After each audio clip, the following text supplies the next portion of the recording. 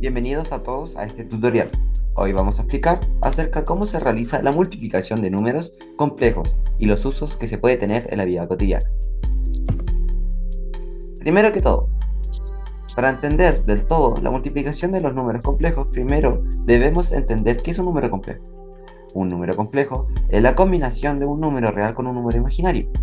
Por un lado, un número real puede ser cualquiera que forme parte de los irracionales e irracionales, mientras que un número imaginario es cualquier raíz cuadrada con base negativa, que al no ser posible en los números reales se le llama de números imaginarios.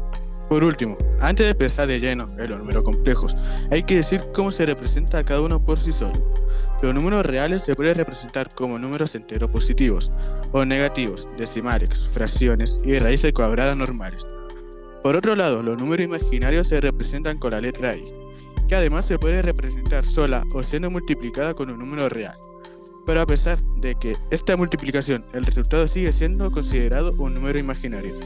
Ya con esto podemos empezar a hablar de los números complejos y cómo se multiplican.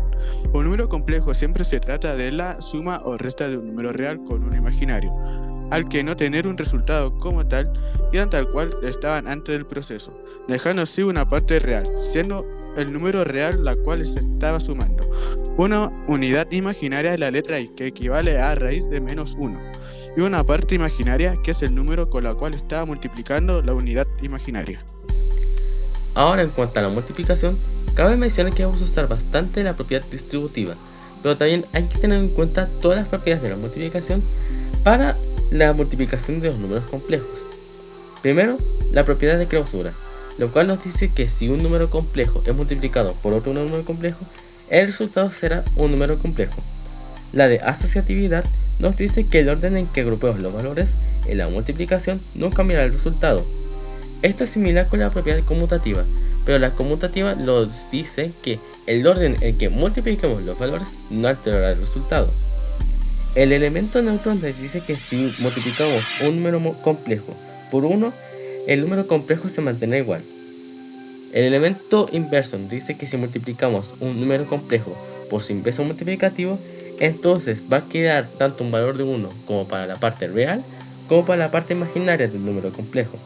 Y por último, la propiedad distributiva antes mencionada, que nos dice que si un número complejo se está multiplicando por una suma, entonces se distribuyen los valores del número complejo para que se multipliquen con los valores que se estaban sumando.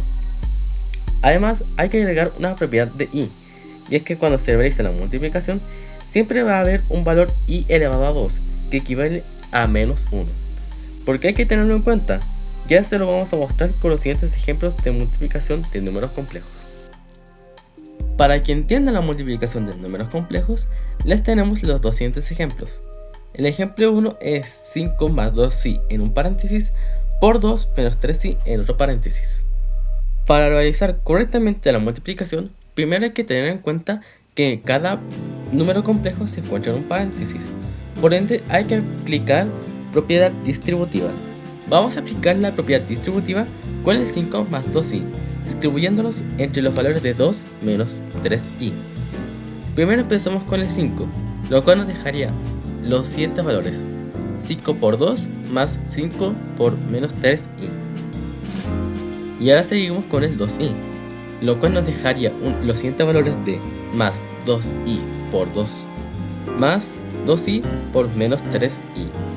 Tras realizar las multiplicaciones necesarias, nos dejaría los valores de 10 menos 15i más 4i menos 6i al cuadrado. Tenemos que sumar el menos 15i con el 4i, y debido a que el 15 es un número negativo, nos dejaría los valores de 10 menos 11i menos 6i al cuadrado.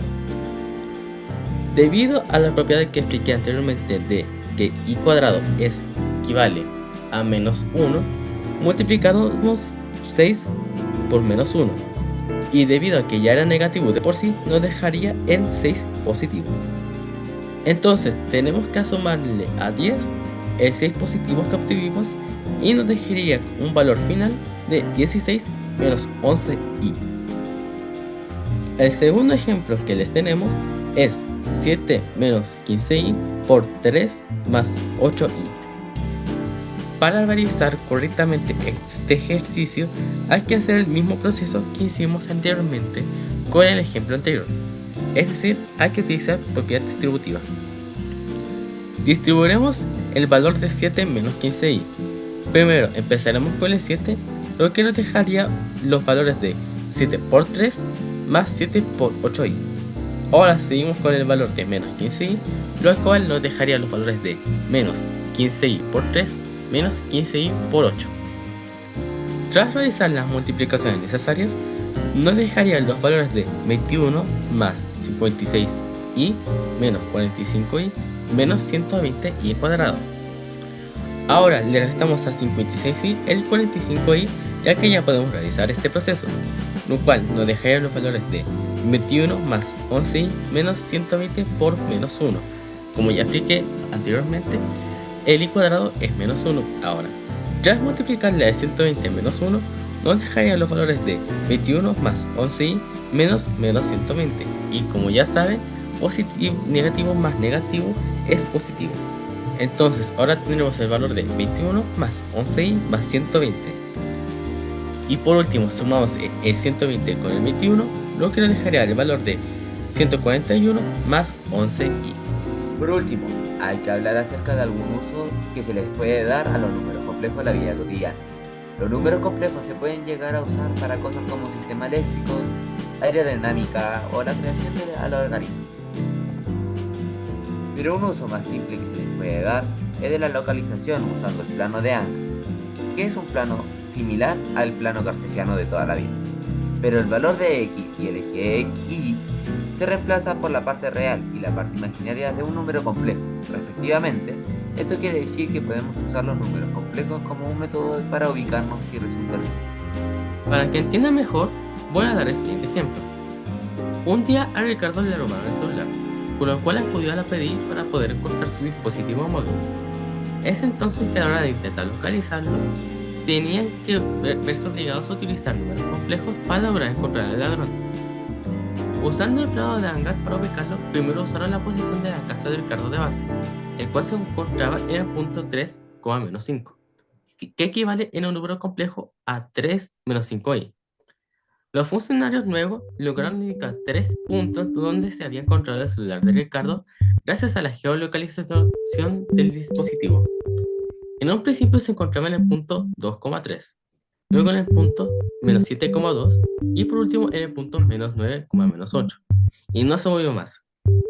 Todos estos puntos, cada uno refleja un número complejo.